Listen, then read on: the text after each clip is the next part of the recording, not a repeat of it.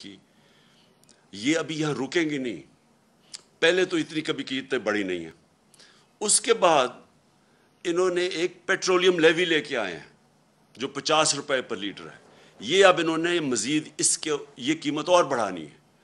تو یہ ابھی یہاں رکنی نہیں ہے. یہ ابھی جب قیمتیں بڑھیں گی تو سب سے پہلے یاد رکھیں کہ عام آدمی جس کے مشکل سے آج کل کی انٹرنیشنل مہنگائی ہے، یہ سب مانتے ہیں کرونا کی وجہ سے ایک انٹرنیشنل عالمی مہنگائی ہے، تو ایک تو پہلے وہ مشکل میں تھے.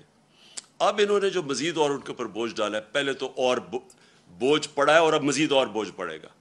دوسرا، انہوں نے جو کارپوریٹ ٹیکس لگایا، جو انہوں نے سپر ٹیکس لگایا، اب یہ سپر ٹیکس کی وجہ سے ہمارا جو اس وقت جو کارپوریٹ کا ٹیکس ہے وہ چلا جائے گا 39% پہ، 39%. جبکہ ہندوستان اور بنگلہ دیش جو یاد رکھیں مقابلہ کرتے ہیں، ہم چیزیں جو بیچتے ہیں دنیا میں، ہمارے جو کمپیٹیٹرز ہیں جن سے ہم مقابلہ کرتے ہیں وہ ہندوستان اور بنگلہ دیش ہے، ان کے 25% ہے. اب اس کا مطلب کہ ہماری چیزیں جب آپ یہ ٹیکس لگائیں گے تو ہماری چیزیں مہنگی ہو جائیں گی. اوپر سے بجلی ویسے مہنگی ہو گئی، گیس 45% ویسے مہنگی ہو گئی، اور جو ڈیزل اور پٹرول، کیونکہ ڈیزل اس لیے کیونکہ لوڈ شیڈنگ اتنی زیادہ ہے، لوڈ شیڈنگ کی وجہ سے انڈسٹری کو چلانی پڑتی ہے جنریٹرز پہ، تو وہ سارا جو اب ان کا جو کاسٹ ہوگا جو چیزیں بنانے کی، مینوفیکچر کرنے کی، وہ مہنگی ہو جائیں گی. اس کا اثر آئے گا بے روزگاری کے اوپر، کیونکہ سب سے زیادہ جو روزگار دیتی ہے وہ انڈسٹری دیتی ہے. تو انڈسٹری کے اوپر جب ٹیکس لگے گا کمپیٹ نہیں کرے گی. اور ابھی کئی انڈسٹریز میں بے روزگار کرنا شروع کر دیا لوگوں کو، تو یہ مزید آگے اور بڑھے گا یہ جو انہوں نے سپر ٹیکس لگایا ہے. اور یہ آپ کے سامنے ہے اسٹاک مارکیٹ کے اوپر اس کا جو اثر گیا ہے، جو بزنس کمیونٹی پہ گیا ہے، اور اس کے علاوہ جو گیا ہے روپے کے اوپر. روپیہ پہلے تھوڑا سا سن کے کہ جی باہر سے امداد آ رہی ہے تو اس سے تھوڑا روپیہ جو مضبوط ہوا تھا وہ پھر نیچے چلا گیا. تو اور تیسری چیز جو ہمارا زراعت کے اوپر ملک سارا، جو ہمارا ملک تو ڈپینڈ کرتا ہے اس کا کہ زراعت جب اوپر جاتی ہے تو سارے 60% پاکستان کو فائدہ ہوتا ہے. تو اب انہوں نے جو ڈیزل کے اوپر جو ڈیزل مہنگا ہوا اور جو لوڈ شیڈنگ ہے، اس کا سب سے بڑا اثر ہمارے کسانوں پہ پڑنے والا ہے اور اس کے پاکستان کی پیداوار کے اوپر. تو ایک طرف سیلریڈ کلاس، جس سیلریڈ کلاس کو انہوں نے پہلے چھوٹ دی تھی، جو 1 لاکھ روپیہ مہینہ سے زیادہ تنخواہ تھی ان کو پہلے چھوٹ دی، اور 1 لاکھ سے کم یعنی 50,000 روپے کا اب نیچے سلیب لے آئیں، یعنی 1 لاکھ سے 50,000 پہ آ گئے. پہلے انہوں نے کہا تھا کہ 1 لاکھ تک چھوٹ ملے گی. 50,000 روپے مہینے کی بھی ٹیکس آ گیا ہے. 1,00,000 روپے مہینے سے جو زیادہ ہے ان کا ٹیکس ڈبل کر دیا. تو پہلے جو تنخواہ دار طبقہ مشکل میں تھا اس کے اوپر مزید اور ٹیکس بڑھا دیا. اور اس سے کیا ہوگا؟ اس سے لوگ مجبور ہوں گے ٹیکس کی چوری پہ.